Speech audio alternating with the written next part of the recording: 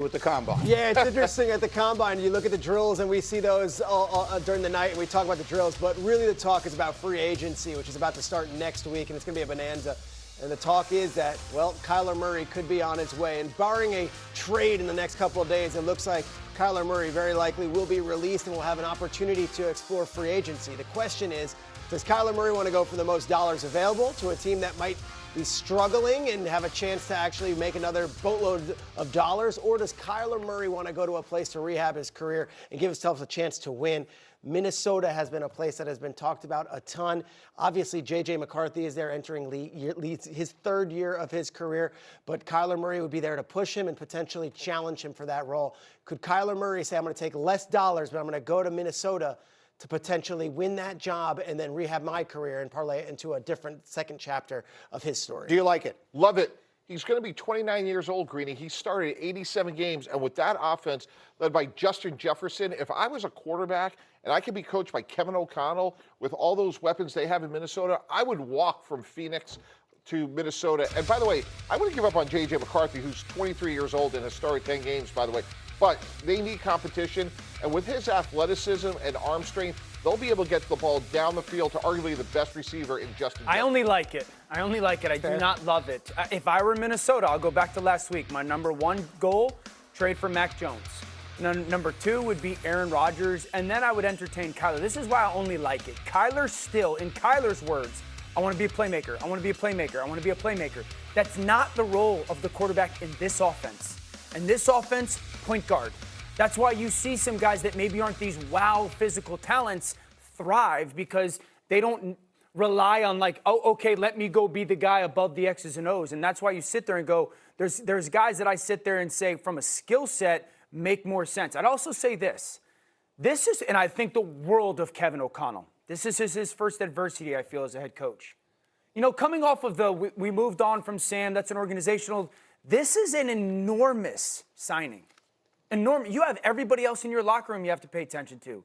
It can't just be about JJ McCarthy's feelings and are we going to stunt his growth. You have a Hall of Fame caliber wide receiver that a year was wasted because of the 2 touchdowns. Yeah.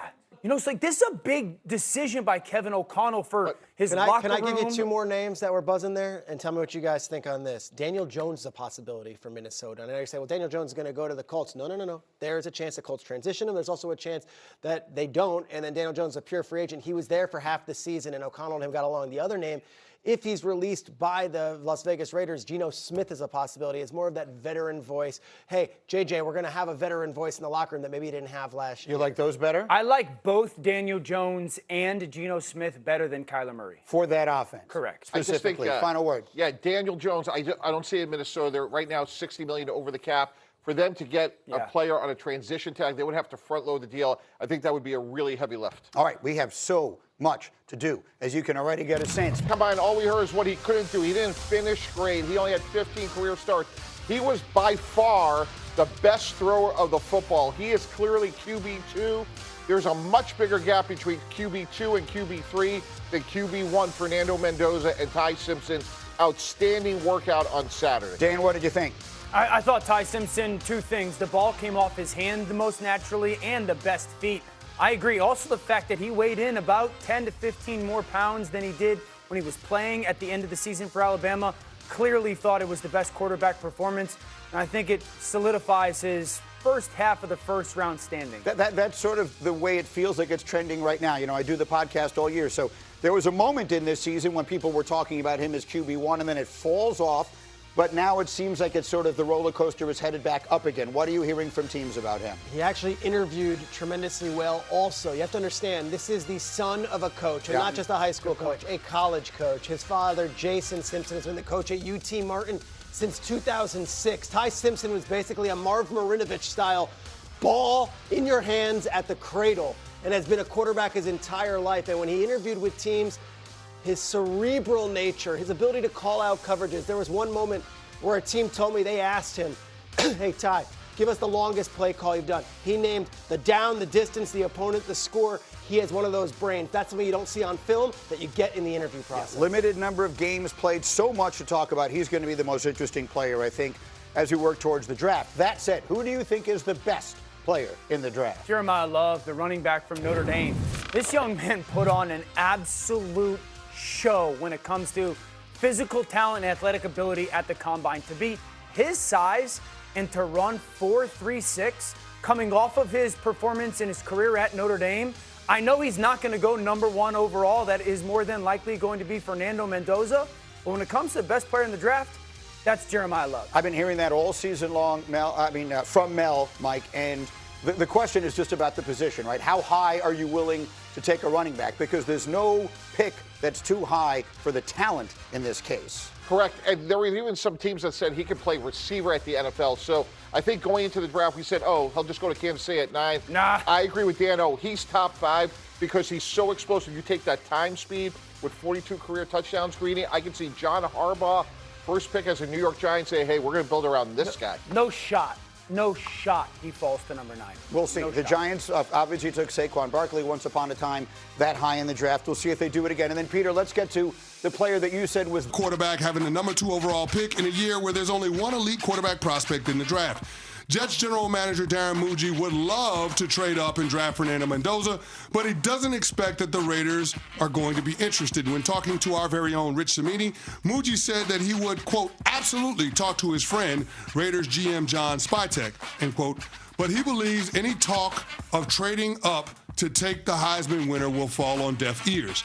The Jets could put together a massive package of picks to get Mendoza. In addition to their own picks, the Jets have the Colts' first-round picks in 2026 and 2027, plus the higher of the Cowboys or Packers' first-round pick in 2027.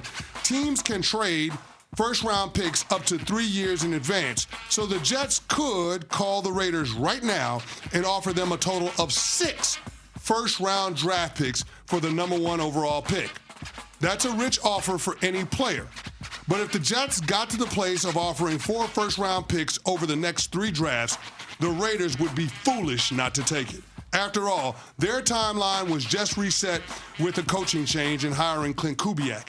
And moving down to number 2 overall would, in effect, be shorting the Jets over the next 3 seasons, which is not a bad place to be. Not to mention, the quarterback class in 2027 looks to be a lot stronger than this year's crop.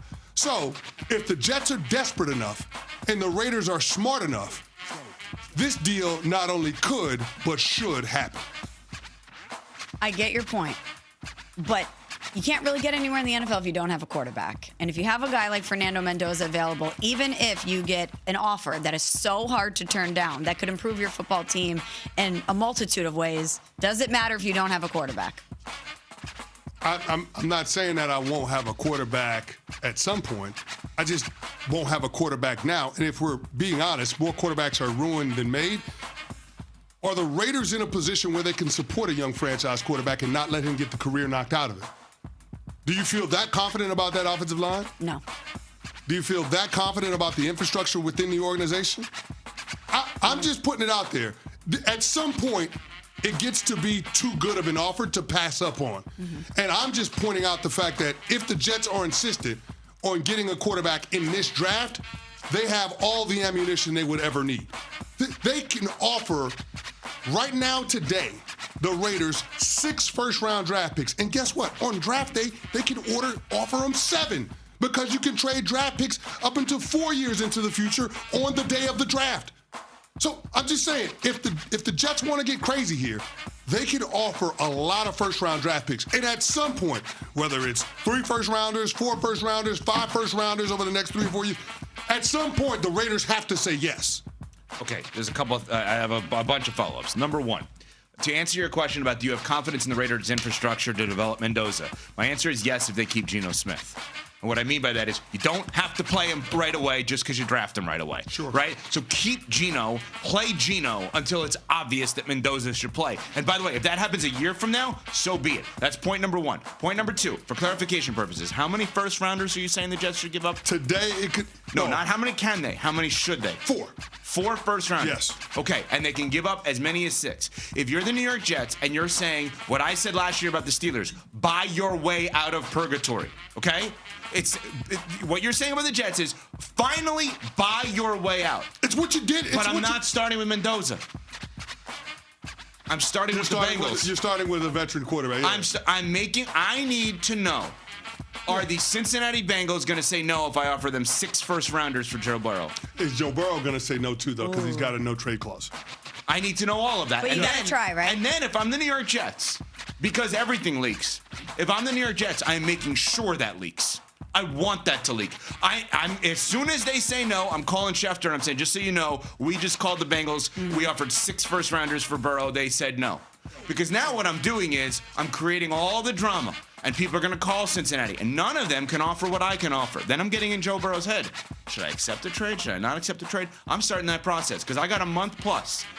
I'm not offering 4 first-rounders for an unproven commodity. In this case, it's Mendoza. If I am going to buy my way out of QB hell, if I'm the New York Jets, I'm starting with what I deem to be a gettable QB, maybe, and that would be in Cincinnati, maybe even in Baltimore. I'm just doing whatever I can, but it's not Mendoza. Smalls, you said you wouldn't do the deal. How many first-round draft picks would it take for you to do the deal? To trade down? If you're the Raiders, how many first-round draft picks from the Jets? I don't think I could say no to 6. I mean, that's ridiculous. Yeah, that's what I'm saying. So what's the number? The problem is there's always a price, Smalls. Everybody's got a price. All right, Ted DiBiase. it's so true, though. Okay, but you said, do you trust the infrastructure with the Raiders? You know whose infrastructure I trust less? The Jets. So you're going to mortgage your future, give away all this draft capital that you've accrued that could improve your team across the board if you pick correctly to bring in a quarterback that you then cannot build around when I don't know if I believe in this coaching staff. I fired almost everybody except for Aaron Glenn last year. I traded away all my good players. What situation is Fernando Mendoza walking into? Probably Sam Darnold 2.0, where the Jets think they're getting the quarterback of the future that's going to transform him, and the organization fails him. If you're the Jets, yes, it's a temporary fix because he's on the billboards. Everyone's excited. Darren Muji's swinging for the fences. But what happens in 2 years when he's getting the football beaten out of him, and you still are losing games, and you fire Aaron Glenn, and you're starting all over again? Yeah, it's not great, Smalls, but they got to do something. Because if they don't have a quarterback, they're getting fired anyway. They wanted to fire Aaron Glenn in October. Clint Kubiak just got there. Clint Kubiak just got hired. Maybe his napping at the combine was a strategy. They were going in to fire him, and Aaron Glenn's like, well, you know what? Don't wake me up. I'm asleep here. Don't wake me up to fire me. Wow. So you don't like the idea of the Jets offering up their all that draft conceptually, capital. I like the idea of offering it up. I don't like it offered up for a rookie. I like it offered up for someone that I can guarantee myself production out of. Okay. All right. Next. Number 1.